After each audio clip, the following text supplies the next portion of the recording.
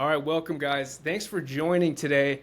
This is going to be special. I'm really excited because in front of me, virtually, Mr. Ben Potzsch. Ben, thanks for joining, man. I appreciate you. Hey, thanks for the invitation, dude. I love doing podcasts. I love talking. I'm such a talker, so I love doing stuff like this, dude. So I appreciate the invitation. Of course, by way of a quick introduction, too. So, Ben is a 25-year-old entrepreneur. You came to the U.S. from Chile about 5 years ago, right? Three and a half. Oh, Three three and and a a half? half. Yeah. Okay. Yeah, so not even that long ago. That's crazy. So you're building your brand 20U, and maybe we'll talk about that a little bit too. And you've done a lot of incredible things. So from being a business owner to being accomplishing ultra marathons, being an endurance athlete, you like extreme sports. You're kind of all over the place. You're doing a lot of different things. You've given a TED talk. You've Yeah. spoken on stages. I'm pretty jealous about that. That's amazing. And it's easy to see that you like to push yourself in all these different areas. So that's why I'm excited to have you on today, man. I appreciate you, bro. Yeah, no, it's been a wild journey the past 3.5 years. It's been fun. A lot of highs and lows, so it's been a journey for sure. And where are you at? You're in Utah right now, right? Yeah, I'm moving actually to St. George now I'll be in Texas next week for a sales trip and then I'm gonna move to St. George by probably like December or something like that. Very cool. So Yeah, yeah, good luck with the move. I was seeing that on Instagram, I think. But yeah, it's a lot of stuff, dude. It's emotional because like I've been here in northern Utah for 3.5 years, and I didn't. I mean, I started from nothing when I moved here. I didn't know anybody, so it's been a lot of like amazing experiences, but on the flip side, it's been very tough as well. So it's been good. It's been good. I've learned a lot here, for sure. I bet in 3.5 years too. So that's shorter than I thought. So I want you to kind of hear the background too of coming from Chile. So that's where you're from. And what was that like? I mean, the story of you getting to Utah, I'm assuming you went right to Utah from Chile. Like, Yeah. what brought you over here, and what was that story of coming to the U.S.? Well, so I came to the U.S. like every year, before I went to serve a mission in Uruguay. So I kind of like knew the culture a little bit. My siblings were living here at the time, but I've always liked Utah. To be honest, the biggest thing is how safe it is. I wouldn't trade that for anything. Like where I'm from, like it's a shit show, bro. Like crime and stuff. I come from a very good family, but like there's times that I had to do armed guard. Like people broke into our house and stuff, break into our house and stuff like that. So like that feeling of not feeling safe, it's something that I wouldn't trade for anything. So that's why I chose Utah. And then the second one is the financial part of it. Like people have it so good here that it's like so easy to like make something out of yourself. Well, not easy, but it's like it's very there's a lot of resources. So it's very there's a lot of opportunity. So that's what like the main reason why Utah for the financial opportunity and just how safe it is. So I love this place. It's been rad. I've met a lot of freaking dope people, and yeah, it's been awesome. It's been awesome. You don't even have too bad of an accent, too. I mean, where did you learn English? Was Well, that in so Chile or? yeah, so I'm half German, half Chilean. So I went to a Mm, German school, like a private Catholic German school for 14 years.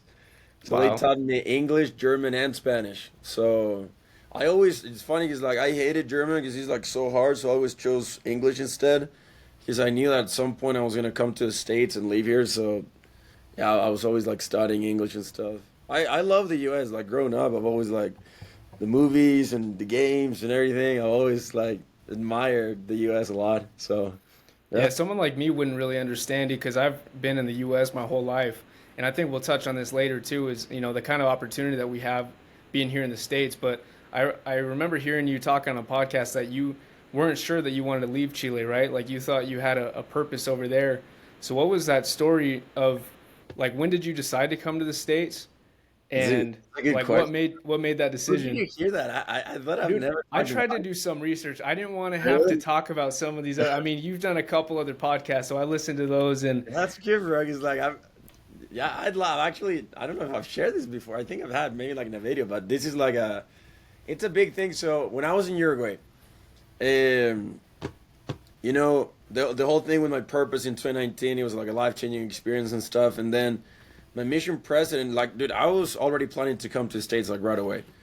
But my mission president told me, Ben, you know, have you thought about staying in Chile? And I'm like, no, like by any means. And he's like, you know, there's a lack of leadership, and I think you can help a lot. And I'm like, ah, dang it. And I'm like, okay, I'm gonna think about it. But then anyway, he like put that seed inside my heart, and I just started like, came back home, and I'm like, dang, dude, what do I do? I don't know if either to go, to stay.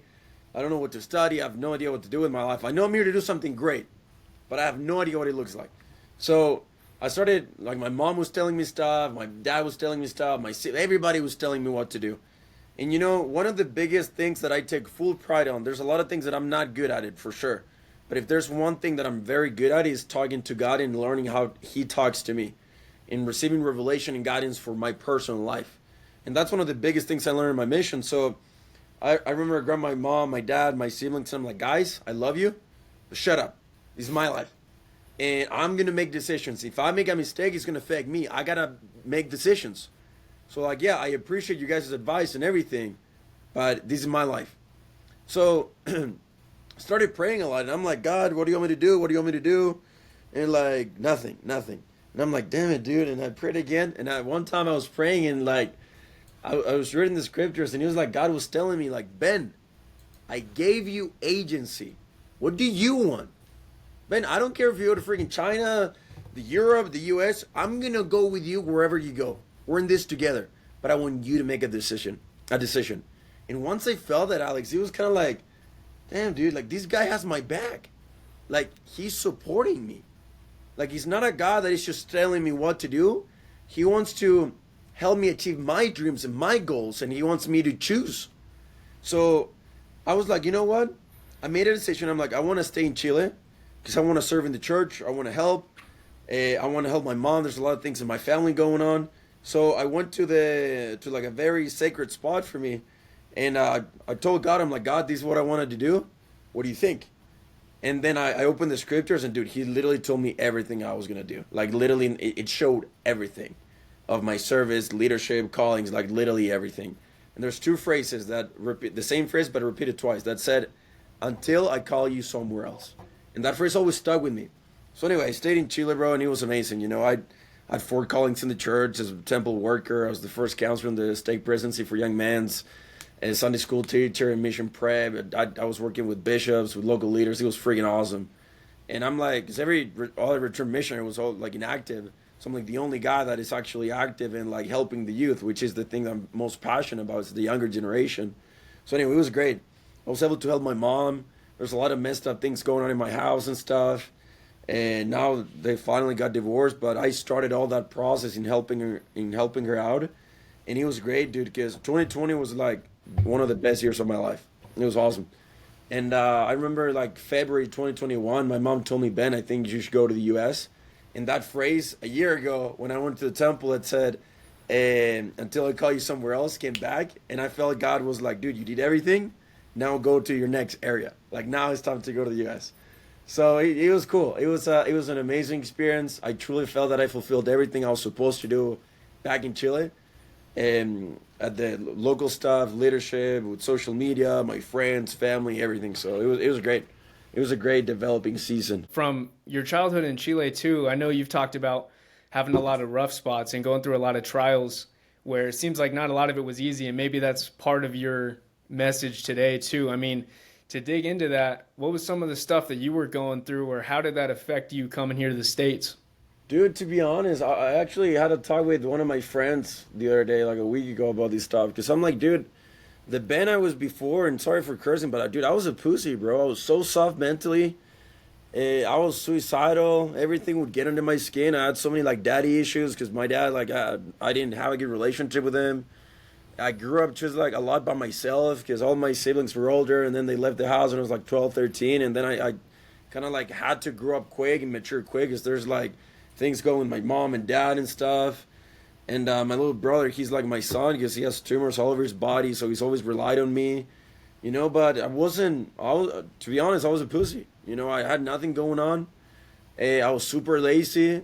I was extremely not fulfilled. I almost committed suicide back in 2017 when I was 18. So, you know, I struggle a lot, dude. But to be honest, I wasn't someone that was able to endure all that because I wasn't built for it. And once I kind of like I came to the States and I chose my path of like, you know what, I'm gonna be an entrepreneur. I know what I want to do with my life. I know the people I want to help. Well, I gotta change some things. I don't like this version of myself. So I'm an extremist by like nature. That's how I'm wired.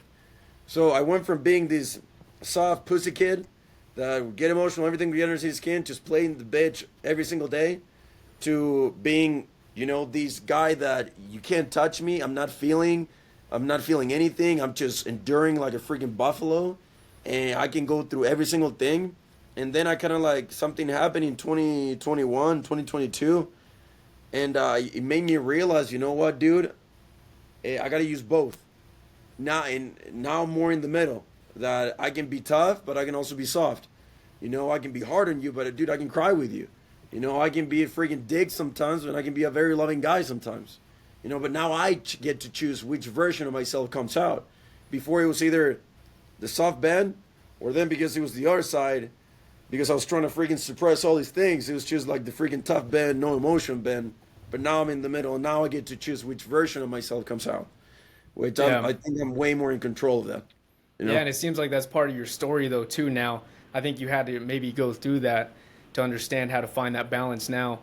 I mean, and back in Chile too, what was maybe the turning point? Like, was there one turning point where you said like that's enough and you got to change your life around? To be honest, dude, I mean, there's like a lot of things. I felt like growing up, just to keep it real, dude, I feel like God. Eh, I always say, like, I don't say this publicly, but I say it to myself. I'm like, I'm favored by God. Like, I'm different. I'm favored by Him. And growing up, dude, I just felt like He took care of me a lot. Like, I feel like growing up, like, I started maturing and being more serious about life pretty young. Dude, I remember when I was like 15, 16. I was at this club with my friends. Everybody's drinking. Like, dude, it's like 2:30 a.m. I'm like 16. There's like doing drugs in the bathroom. There's like banging chicks in the corner. Blowjobs here, drugs here. Everybody's drunk. Like, that's my environment. And like, even though I didn't do anything of that, but that's where like kind of like grew up with, and it was sick. I was exposed to a lot and helped me kind of like choose what not to do. But I remember this time I was like 16. I was at this club and stuff. Like 2:30 a.m. I was in the VIP with my friends. Everybody's drinking, and I don't know why, but I kind of like left them. And I went to this bar that you could see the first floor and everybody dancing and stuff. And it felt like the music would just like shut down and I couldn't hear anything. And I had this feeling, and it was like literally like the spirit told me, Ben, having fun is not enough. You need something else. And that's when I started getting more serious about my life at a really young age. But I was very aware growing up, very aware. And then my in 2017, when I almost ended my life, that was a huge wake up call. Just because I realized that the reason why I didn't pull the trigger is because God made me feel that He loved me, and that He made me feel that there was something great inside of me. And even though at the time I couldn't see it, I held on to that feeling, and that feeling saved my life. Like it literally saved my life.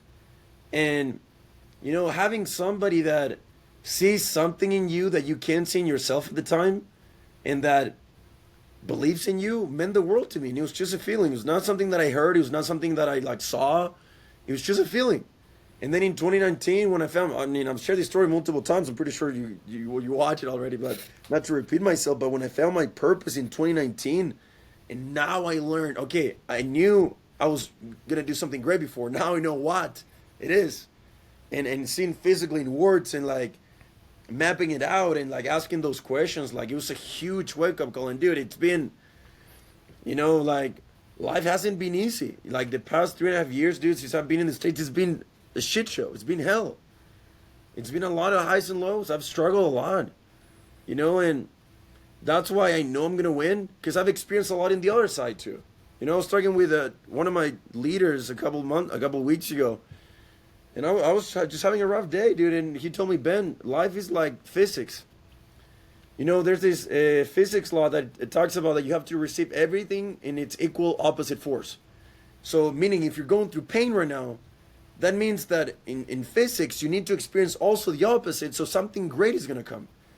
And because I have so many high standards and high goals in my life, and I know where I'm going to be in the next year, 2 years, and everything, and the experience that I want to have in my life and the type of quality of life that I want, I know that in order to do that, I need to experience the opposite first, and I'm more than willing to pay that price. So it's been rough. Like I've struggled a lot here in the States. Like it hasn't been easy at all, financially, romantically, friendships, business. I've been screwed over so many times. I've been taken advantage so many times, and I feel like I'm like the nicest, most giving guy.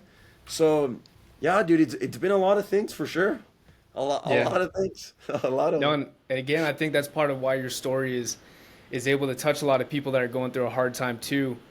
And I mean, along with that, as a kid from Chile at the time, and maybe you didn't even have a track record of anything going for you, what made you think that you could come to the U.S. and start a company? You know, it's a great question. First, dude, I knew that there was something great inside of me. Like once I started learning more, not learning, sorry. Once I started remembering more about my true self, who I was before this earth. I don't care if I'm from Chile, Asia, whatever country I am. I know what I'm built for to do. I know who created me. I know what I have inside. Now, I know that spiritually. Maybe I don't see that physically in the physical realm because I haven't had like any results or things at the time. But I knew for a fact who I was spiritually.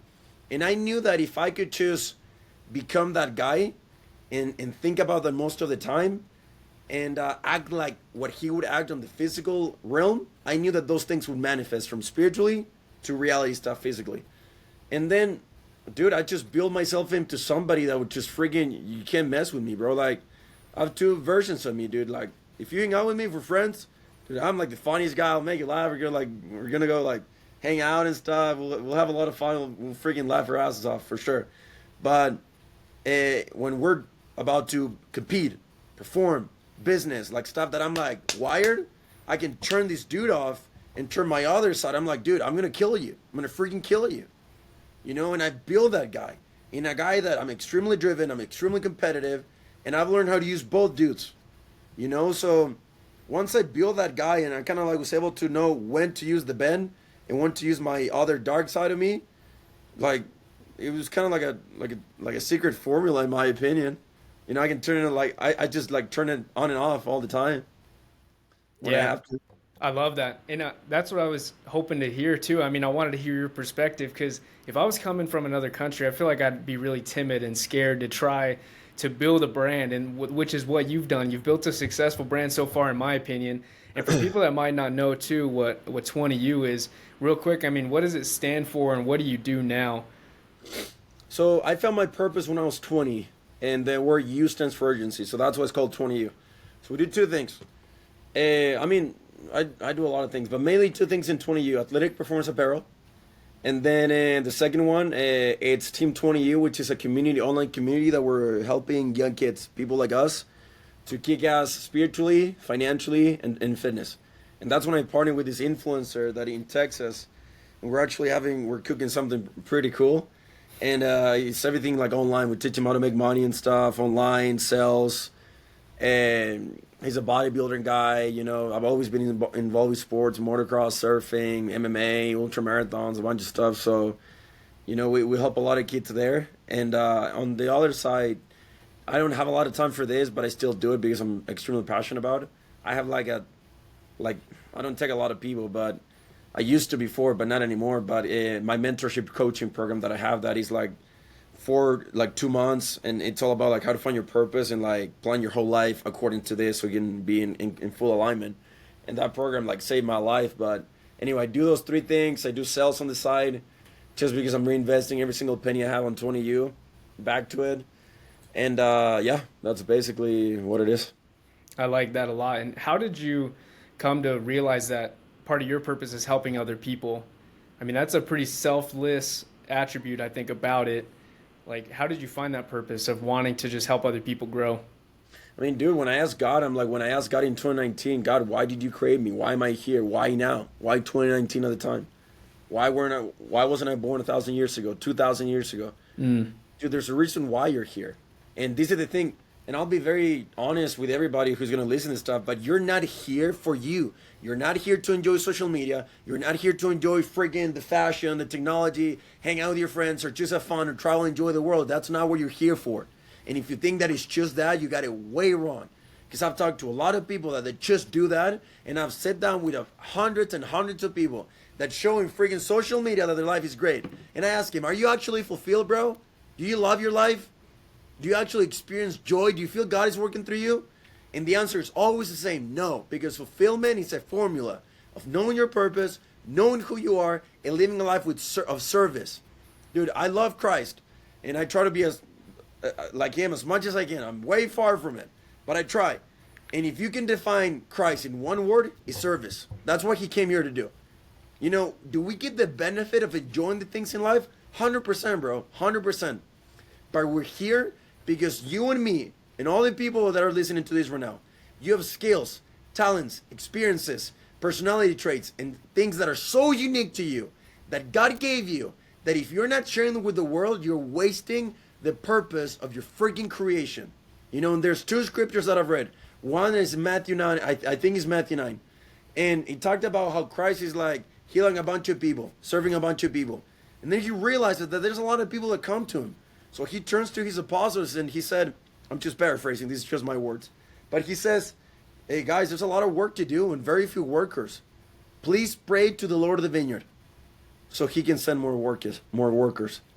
Dude, that scripture always touched me because the Savior of the world realized, hey, there's a lot of work to do. Not a lot of people actually give a crap. I love I that. can do everything, but lives are changed one at a time. Please pray to the Lord of the vineyard so he can send more workers. Once I woke up to my purpose, I woke up from the matrix and all this BS, I realized I want to be one of those guys. I want to be that answer to his prayer. I want to be one of those workers. And dude, I made so many mistakes. But this is something I think about a lot. When I see God one day, and I know exactly what I'm going to be, I'm going to be like, God, you know, I made a lot of mistakes. I made a lot of things that weren't right for me. I hurt my body. I tried things that I shouldn't have done. But God, I changed. I repented. But I did everything for them. Every single human being that you sent in my life, I took great care of your children. And I gave all my life, my energy, resource, and time for your kids. And that's what, for me, heaven looks like. It's not that we're perfect, holy, these righteous human beings, but it's the influence and impact that our existence can have on other people. Dude, I love that. You know what too is I think my idea on what selfishness looks like has kind of changed a little bit, and with a lot of people just staying inside and they go to a job, come home, it's Netflix, it's whatever they want to do, whatever feels good for them, and then rinse and repeat the same thing over and over again. And I used to think, if you're selfish, that means that you're like this rich guy, you have all this nice stuff. But now I think it's almost like if you're just living a normal life and you're not really helping anyone else, making a difference or anything like that, that seems like it's selfish to me. And that's how a lot of things are built, is just to keep us to ourselves and not to help other people. And that's a reason why I like doing this, man. It's like I don't get paid a dime for it, but I know that people can benefit from hearing what you have to say right now. And I think that message needs to be spread too, of how can people better their lives? Because everything is just such a distraction right now, and everything's built to keep us inside and scrolling on TikTok and social media just to waste the time. And I don't think that's what God designed us to do here. Dude, I actually read this on your post because I was like scrolling down on your profile, and you posted this picture when you asked ChatGPT, what would be one of the ways that the devil can attack the younger generation. There's 3 things that he talked about, and one of them was numbness, scrolling, wasting time. That's why the word urgency means so much to me. Because, like, dude, everything that I do in my life has a meaning. Everything that I do has a purpose. And if it's not aligned to something that is going to affect me long term, I don't want to deal with it. I don't want to do it. And that includes relationships, people, friendships, habits, things I do on the daily basis. I just don't do it.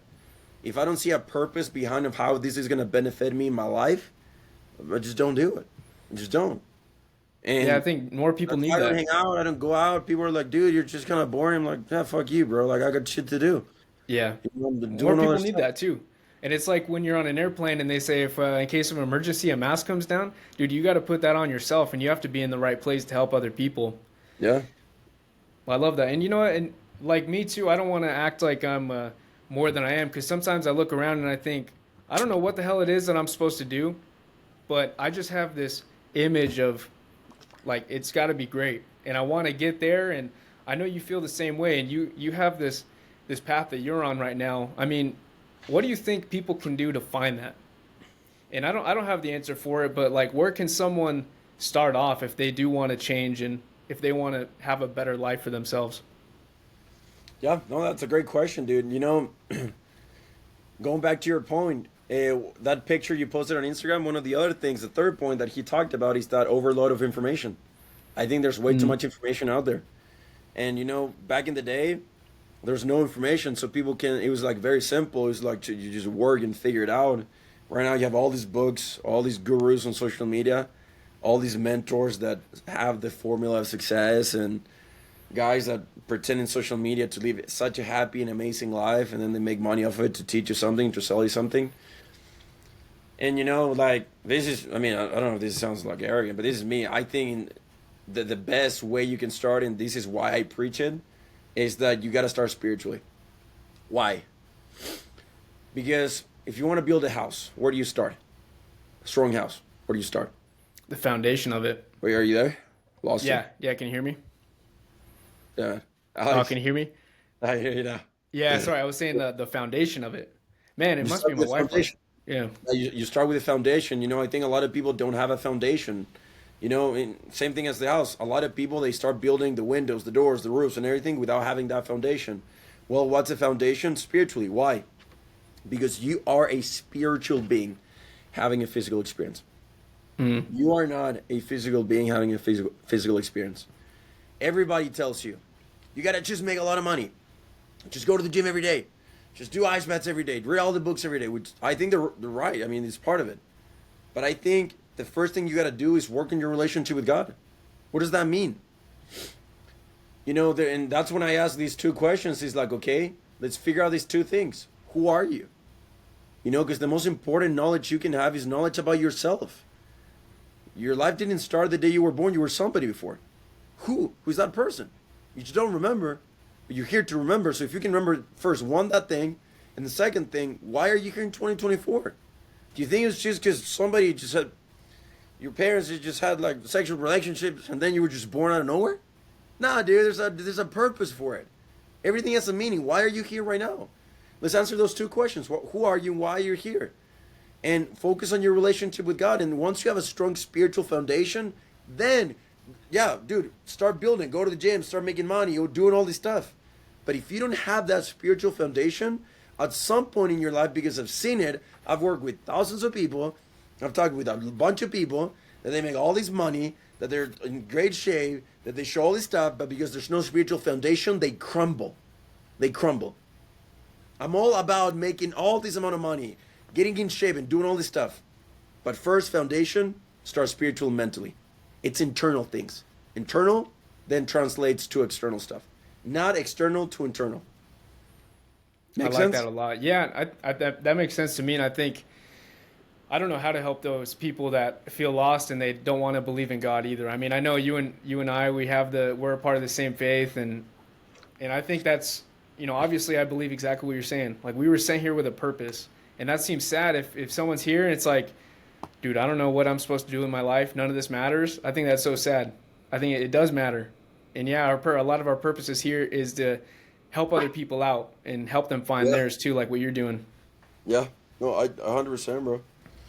And yeah, I think that's where you would start with spiritually, honestly. No, I agree. And you know what? You know what else too is like when you talk to people, I'm sure a lot of the times everyone knows the right answer of what you need to do, but a big part of what's keeping people, from going to the gym or from building a good relationship with God or whatever they believe in is probably that sense of urgency or maybe the discipline of just taking action. I think a lot of people are scared to do that.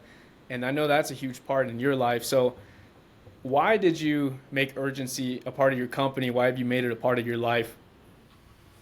Because, dude, I see it all the time, dude. There's this quote from Tim Grover that he said in his book Winning. He said, it frustrates me so much, all these people that say they want to win, they want to win, they want to build all this stuff, but show no urgency to get those things. And I'm the same way. Like I hear it all the time. Oh, dude, I want to do this and I want to do that. I want to have this car. I want to do this. I want to be. I'm like, yeah, but you're full of shit, dude. You don't want it. You really don't. How do I know that? Because you live your life so passive in everything. You do everything way too slow. You take notes too slow. You read slow. You wake up slow. You work out slow. You talk to people slow. You don't. You take no initiative in anything. You don't go the extra mile, and you want to win. What are you talking about, dude? This is the reality of life. It's not for everybody. Like we think that everybody's gonna live an amazing life, and that's not the reality. That's why I love entrepreneurships and sports because it's like so similar in mentality. There's only one team that wins the Super Bowl. There's only one team that wins the NBA championship. You know, there's only 7% of the population are entrepreneurs. Only less than 1% may actually makes more than 7 figures. It's not a lot of people. It's a very few people. Even in the scriptures talks about there's very few people that are actually going to be those workers and live an amazing life. It's not everybody. It's not. And my job is not to help everybody. It's not. Like at least for me, I'm here to help those that are like different, that are unique, that are more like that feel they have something great, but they just need some guidance. I'm not here to help everybody. In fact, I don't like everybody, dude. Like I live a life that either you love me or you freaking hate me, and I don't care. But I'm not here for everybody, and like that's just the reality of life. Some people have it, some people just don't, and that's it. 100%. I You was know? listening to Jocko Willink talk about urgency too. He said, look at a project or look at your goals too, and I'm paraphrasing, and just think this is going to take a lot longer than you think, so you need to get moving on it now. And people don't realize that. And yeah, like you're saying too, it's almost like we have so much information, so much to do right now. If you live in America, if you're a young man or young woman, and so you can just be scared to make a decision. Or it's like if I tell you to clean a house, you have 1 week to clean a house. You're like, okay, cool. You're going to wait 5 days and then start cleaning, and it takes you a week. But if you say, hey, get it done now, like just do it today, start all these things today. So I think that's a big part of your message is people need to hear. I need to hear it sometimes too. Just like if you have a goal that you want to get done in a year, why can't you get it done in a month? You know what I mean? And I'm really trying to Yeah. implement that. And dude, like living a life with urgency doesn't mean that you're hurrying, you're always running, and you're always like hurrying to every single thing, every task. It literally just means living a life with relentless focus. That's it. Like living a life that you know your priorities, you know the critical stuff that you gotta do, and you focus on those things every single day with urgency. Being effective, being productive. That's what I mean. Not wasting time. Being Absolutely. doing the stuff that you do intentionally. Not just like doing it just to like it's like going to the gym. It's two different experiences going to the gym and actually the other one actually sweating and getting a freaking workout. Two different experiences. You know, some people half-ass their entire lives, every single thing that they do, and then the other people is like they're intentional in every single task that they do. You know, so yeah, that's what I like. It's my meaning of it, like living with relentless focus, relentlessly focused on the critical stuff. What is the story of your tattoo? I was listening to this, but you have a buffalo. Maybe you can see it in the camera, but Well, I have this one, and then well, there's one here. yeah, yeah. What is the story of the buffalo, man? I was really Well, interested about that. you know, dude, uh, when I came back from my mission, I didn't curse. I didn't do anything. I was like such a saint, dude. And I was like super righteous. Didn't even listen to music that was like that bad and whatnot. And as time went by, I moved to the States and here.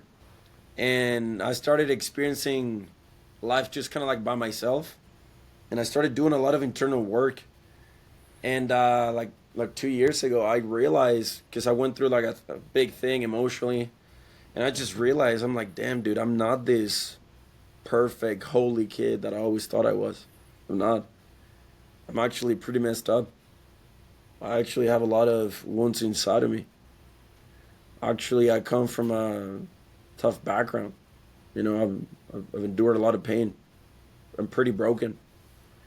You know, and kind of like once I realized that, and I realized like shit that I had to face, I went to war against all my demons. You know, I did a lot of internal work because I didn't want it to pass that into anybody. You know, and I think that's like the most unfair thing most people, guys and girls, do they never fix their own shit. So then they pass it into their relationships, spouses, kids, friendships, and everything.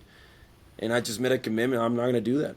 So once like I explored my soul and all this stuff, I went to war against all those things, and I got very dirty in a way that, and like I realized that I have a lot of scars, I have a lot of things, but I'm gonna expose that. This is who I am, and that's why I got the tattoos because it's kind of like a reminder of my journey of like what, like dude, I'm very active like in the church and everything.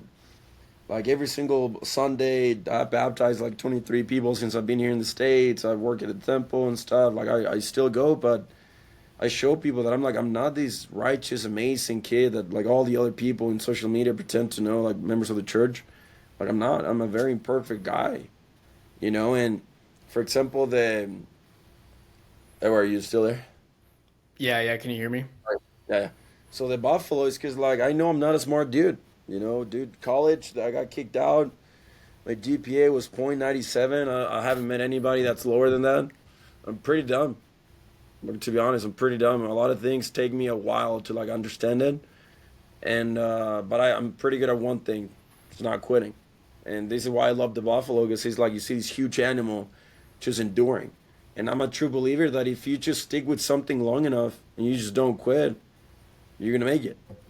Like I haven't met anybody that, and as you adapt as you go and everything, but you pivot certain things. But I haven't met anybody that had an idea, stuck with it for like 10, 15, 20 years and didn't end up where they wanted to be. I haven't met anybody. Usually those people end up being where they want to be. Dude, So, that's the crazy thing too, is so many people I think are too smart to take big action. Like dude, it's crazy that a lot of times with people that are super hyper successful and have made a lot of big things happen, they just say, I'm like, I didn't do good in school. I'm not a smart person. I just move fast. You know what I mean? yeah, dude, I've been very blessed to know a lot of those people, a lot of them. And, I love understanding people. That's one of the things that I feel like I'm also pretty good is understanding people, like why they think the way they think, how they got there and everything. And understand them on a spiritual mental side of it because like this is the thing that I'm the most passionate about building those mental skills and everything. And the thing that I found the most is that they're regular dudes that they're just freaking tough, and they're not the smartest ones, but they figure stuff as they go.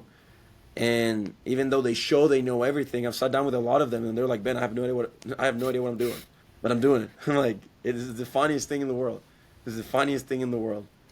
I have one of my friends. He's like a freaking multi-millionaire, bro, and he has like a bunch of dealerships, like 60 plus stuff with real estate, commercial stuff, venues, and he got into the venues business. And his first venue, like he bought this thing for like I forgot, like I think it was like 1 million. Anyway, it doesn't really matter. But he renovated the whole thing. He's never done it, never asked questions to anybody.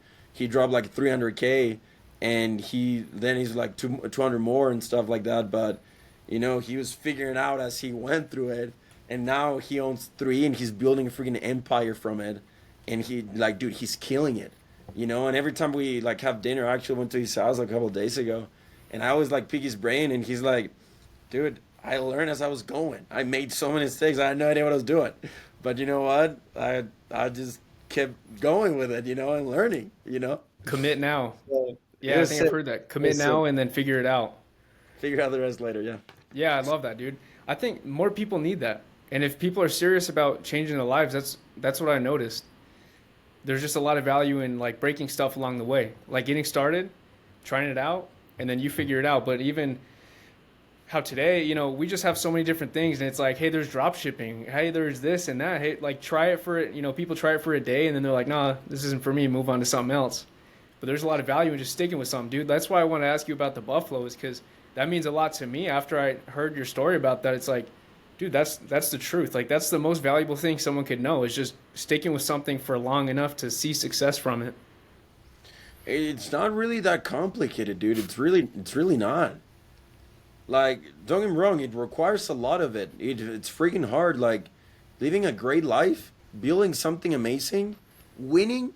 And dude, I know there's a lot of people out there that they preach other stuff, but it's because maybe they don't want to win or they want to be good or okay. I'm not about that life. I want to be the best. I have high standards. I want to win. I want to make a lot of money. I have everything I want to win.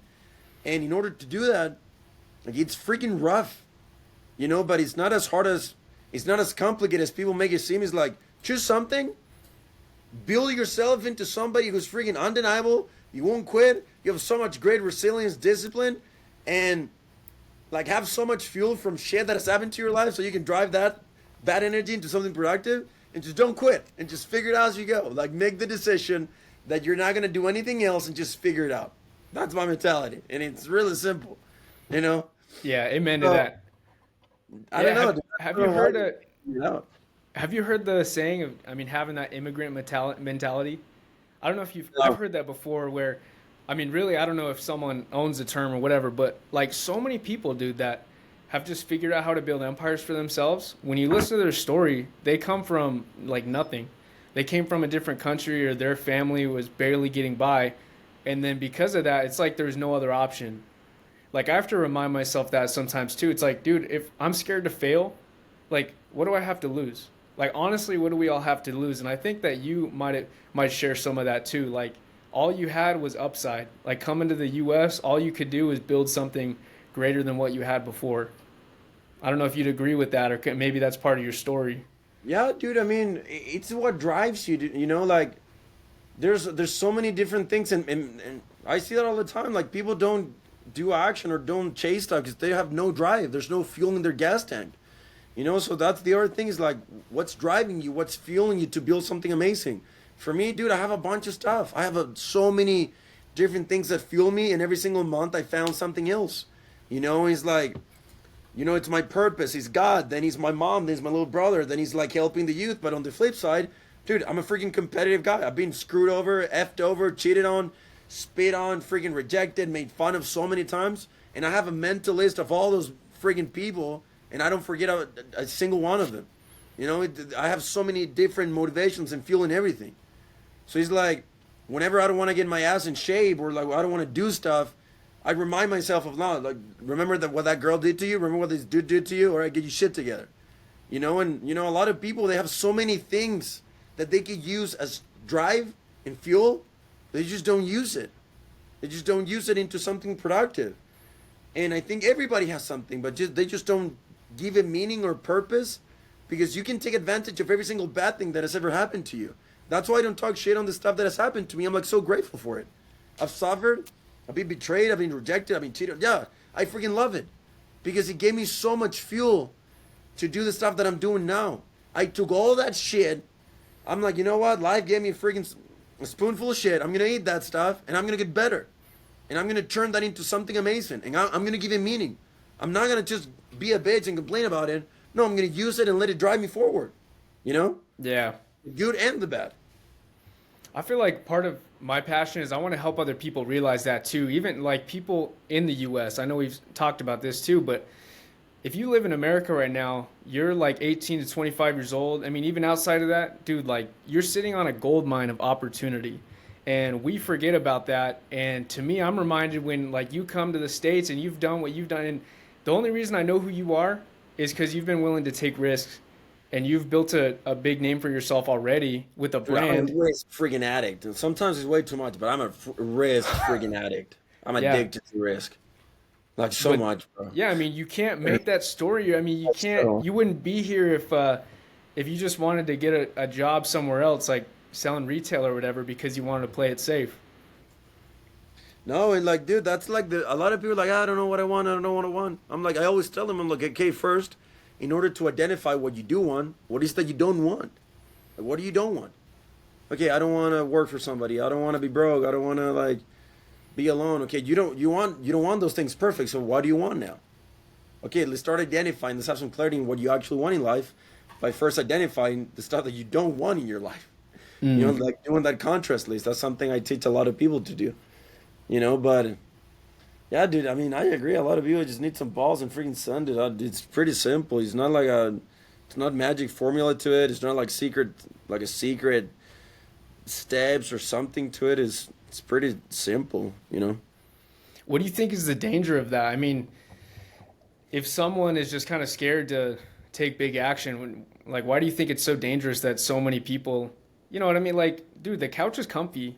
Like Netflix, that you could sit there all day and just watch shows. Like video games, it's just designed to keep us from doing anything else. What do you think? What do I think is the danger of it? Yeah, I mean, what do you think is the danger of just like when I look around, it's like people that I knew where it's like, okay, you have all this potential and you can be really as smart as you want or whatever, but it's like people just out partying, wasting their time, like pissing their life away. Like, what do you think is the dangers, I guess, of just all the distractions today and living a comfortable life, really? Oh, for if you ask me, like for me, what I freaking love that people do that stuff like that. Because there's Yeah. less competition, more for me. I freaking love it. Dude, if you guys are doing that, keep partying. If you're in your 20s, dude, go out with chicks, keep partying, keep hanging out every single day, Friday and Saturday. Because I'm gonna freaking kill you, and there's no way you're gonna do about it. Because there's more for me to eat. It's sick, dude. We've never lived in such a world that is there's less competition right now. I freaking love it. Now, when I find someone that actually sees something in them, and I know they just need a slap in the face, they just usually like I usually do it. I help them out, get out of there. But I'm very picky with that. I try to Mm. post a lot of free stuff for people, but like, the danger going back to what you're saying is, okay, you might short term figure it out and enjoy life, have fun. Long term, you're gonna be miserable, dude. Your life is gonna Yeah. suck. Your life is gonna suck. Or you can choose somebody like me, suffer now, sacrifice fun, sacrifice all this stuff, cut a lot, go live an unbalanced life for now, and then long term it's gonna pay off. It will pay off. I agree with that. You get to choose.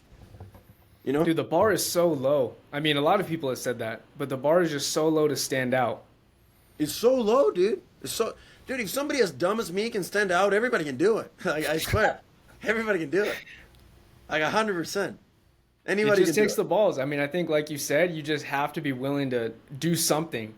Like, do something and you'll stand out. Like, post a video of you talking on social media. That's what I figured out. I was really scared to do that, dude. Like, I felt like messages in my heart of I wanted to share something on social media. It took me a while, dude. Like, I was just scared. Like, I thought my friends were gonna judge me and like laugh at me for posting something, but like, do that and you'll be different. Like, Dude, and it's being a grateful, bro. I was talking with one of the influencer I was partnering with to do the Team 20U stuff, and we're having a conversation last week. And dude, he's a freaking good dude. He was telling me all his story and stuff. And I told him, I'm like, dude, we're gonna kick ass together, but I'll be honest with you. You're being very selfish. He's like, Ben, what do you mean? I'm like, dude, God gave you a lot of experiences and you're not sharing shit. mm, What a shame. What a shame you are. All the gifts that he gave you, all the experiences, all the talent, and you've had an obligation to pay him back and you're not doing it. What a shame. And for me, that's one of my biggest, one of the biggest motivators have is pay that debt that I have back to God. He's invested so much in me. The only way I can repay him back is obedience and serving people and sharing my message. And I think a lot of people, they might feel sorry for themselves or they're struggling if they've gone through some stuff. But I'm like, dude, that's your gift. Your mess is your message. Freaking use the hell out of it. When people tell me their hearts like stories and stuff, I always smile. I'm like, oh, that's freaking awesome. I'm so glad that happened to you. And they're like, what do you mean? I'm like, God gave you a gift. Freaking use it. Use it. Stop being a bitch. Stop playing the victim and use it. So now I you're love going to be that. able to understand and relate to people. Now you're going to have actual compassion. Now you're going to truly understand people what they're going through. Now you can be their hero in their story. Now you can guide some other people to overcome the stuff that you've gone through in your life. Use it.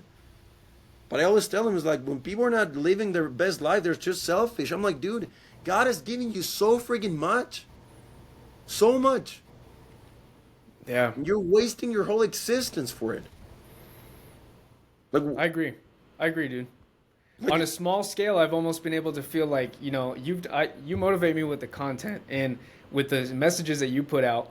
I'll be in the grocery store and I'll see someone that I know and they're like, dude, I saw your video and it helped me like get to the gym. And I'll be like, you know what? That right there is enough. Like, if someone felt motivated enough and felt like they could take a step because of something that I could say or something you could say, like, that's success to me.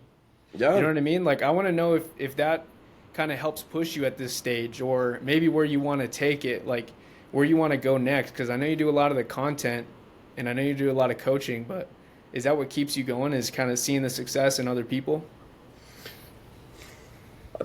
I'll be honest with you, dude. It's part of it, not all of it. Yeah. Part of it is, yeah, that of like, people be like, Ben, you saved my life, Ben this, Ben that, and yeah, part of it. But to be honest, dude, I feel like a lot of my drive comes from bad shit. To be honest, Yeah. just being straight up with you. A lot of it comes from pain, being rejected, being made fun of, cheated on, freaking betrayed. A lot of it comes from that too. And that's part of your story. You If know? people could understand that too, like now you can relate to these people that are going through depression or going through a really hard time because you actually know how they feel. Like you've really been there and you've kind of worked your way out of that. Yeah, and I'm not. I mean, there's those demons still come out once in a while. It's not that I'm like I have way more control, but they still come out. But you know, there's a lot of different things I use for fuel. A lot of it, one sees people. I get messages like that a lot, but then on the other side, it's just like, to be honest, I made a decision a while ago. It's my obligation, so I don't need like feel very high every single day in order for me to do stuff. Like I already made a commitment years ago. And once I decided this is what I'm gonna do, this is what I'm gonna do with my life, this is my obligation. I don't have a choice. I just don't give my brain another like second option or plan B, C, or D. So yeah, I do have hard times that I need to like hold on to messages and things that I can like look and family stuff and God and people and all these different things. But honestly, just made from making a conscious decisions years ago and be like, this is the life I'm gonna live, and I'm not gonna rest until I build this thing. What kind of visualizations do you have now for what you want in the future? And I've heard you talk about this too. Like, you have did you say it was a 5 year goal or 5 year plan? You know exactly where you want to be, dude. I mean, Yeah, I you have want a to share pretty some of good that? idea. I have a Yeah. pretty good idea mentally. I've learned to not put a time frame on things, Mm. because God knows better. His timing is perfect. So sometimes someone thinks in 6 months, but what if in the seventh month something better was gonna come? But because I'm so freaking stubborn, and I only see what is in my radar screen, what I can see here, and most of the amazing things in life come on the stuff that you can't see of your radar screen. So it's like I don't actually know what I want specifically. I know what I want to feel. That's the reality. Is like a lot of people want things and cars and money, all this stuff, but you don't really want that. You want the feeling from it. You want to feel free, you want to feel abundant, you want to feel wealthy, you want to feel badass. That's what you want. But what if maybe you have another experience that can make you feel like that God wants for you, that it's better for you, but because you can't see it because it's off your radar screen, you're so stubborn just focusing on one thing. So I've learned to be pretty flexible because I know that God knows better than me. Yeah. But I do visualize a lot of stuff like, dude, things on social media, how much money I want to make, like where my online team is gonna be, the car I want to drive, freaking my house. I know this stuff that I want, and I see that every single day. I see a clear, picture, clear thing in my mind. Most I of the love stuff that. that I've been able to achieve now, I saw it before it happened. Like most of it. Now there's a lot of things that happen that I was like, oh, I never thought I was gonna do this, but it came because I wanted the feeling of it, and then God provided an opportunity that made me feel like that. That I didn't see that act that could show up in my life, but because I was just focusing on the feeling, that opportunity came. So I'm always open to stuff like that too. I Makes think that's life a more good fun. way. Yeah, that's a good way to go. Dude, if I could share some too. I mean, I was thinking of this week. So I like real estate, and so we have my wife and I now we have two houses, and all I could think about. So we got our first house at 22, and then the second one at 23. All I could think about, dude, was like I'm gonna be so happy when I get another house, just because I saw everything on social media, and I was like comparing myself to other people, and I'm like, I just feel like I'll feel like complete and fulfilled once I get another house, dude. Then I can say, oh, I have real estate, and I got it, and I was super excited for like a week, and then it kind of fades away, and now I'm like, dude, what's next? Like, there's got to be more, and I learned that like the stuff really is not what's gonna bring you the lasting happiness, or you're really not gonna stay, excited about that stuff. That's the same thing with like cars, right? I mean, I don't have a supercar, I don't have a sports car right now, but it's like just feels the same after a while. Then you want to find something else, like something greater in life to do, because the things aren't it. Dude, I was reading this, listening to this episode. I'm in this like group that they teach about like the law of attraction and wealth and everything. And this dude said, when it comes to the law of attraction, there's three things. You can have specific stuff in your mind that you want, and that's okay. Now you can have more general stuff. Let's say the first one is like, I want this specific truck with this specific color, this specific stuff. That's good. Second one could be like, I just want a brand new truck, more general, which is better. Then the third one, what he said is like, just focus on the feeling. It's not the truck that Mm. you want. What is that you really want from the truck? I want to feel badass. Okay, focus on the feeling, feeling badass, and God maybe is going to give you, the universe is going to give you something much better than the truck you were visualizing, because you're only visualizing what's in your radar screen, what you can see. But what if there's something comes that you can't see, and that is going to get, God is going to give you that, and you live this life kind of like more like surprises, like your birthday, or like Christmas. He's like, oh, it's Christmas tomorrow. I don't know what's gonna be there, but I know I'm gonna have so many gifts, and you'd like, you get all excited because you don't know what's gonna happen. You know it's something cool, but you don't know what it is. So there's different ways to visualize it. I do both, specific stuff, but I focus a lot on the feeling, a lot on the feeling, and I've been in. It has helped me get frustration out of my way, and my faith is way more consistent too, and it helped me to get doubt out of my life too, because now that I don't have a time frame, and I don't have like things that I'm like, okay, this is what I want, but God, if you want to give me something else, I'm down for it too. I'm not attached to things too. So sometimes when I'm not seeing the results I want, my faith is still there. It doesn't go down anymore. You know? Yeah, yeah, I So love that. Man, so that's what I do. when you're thinking about the future for you, what can we expect to see next? I mean, you like the speaking? Are you gonna do more of that, or kind of like for the big plan? And I know maybe obviously you can't have, it's not like we can go to God and tell him what our plan's gonna be, right? Like exactly what you're saying, because he'll put stuff on us and he'll challenge us in different ways. But where do you want to take your brand? And I mean, what else do you want to do this upcoming year? I'm not gonna tell you specifically what I want to do, but I'll tell That's you what is okay. gonna happen. All I'm gonna say, Alex, is that people in the United States, they're gonna know who the hell Ben Page is. Chills, dude. I just People are love gonna that. know my last name. That's all I'm gonna say. Here, I love here in that. this country, people are gonna know who I am. That's what's gonna happen. Yes, sir. And I That's know it's my. gonna happen, dude. That's what I'm building, working towards. It. People are gonna know who the hell Ben Pitch is. Everything else is just part of it, but that's the main thing. Because I know that the biggest thing that I can have is influence. Because God has given me so many beautiful experiences and so many gifts and other things that I'm obligated to share them with the world. And I'm gonna have a huge platform that I'm already doing that, but it's gonna be more. But if you ask me, what's the next thing for me? People are gonna know people are gonna know my last name. People are gonna know my mom's last name, because I promised her that they're gonna know her last name. So Dude, just chills. And I love that. I think because you know what you want, you're willing to do what it takes to get there. I absolutely believe that you're gonna get there. And it's not about just making money for you either. I mean, I've talked to a lot of people that are successful, and I feel like your purpose and your calling is just different. And it's to serve other people and help them understand their purpose.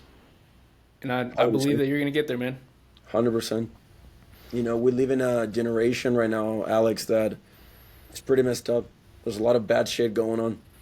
A lot of people are struggling. A lot of bad influences.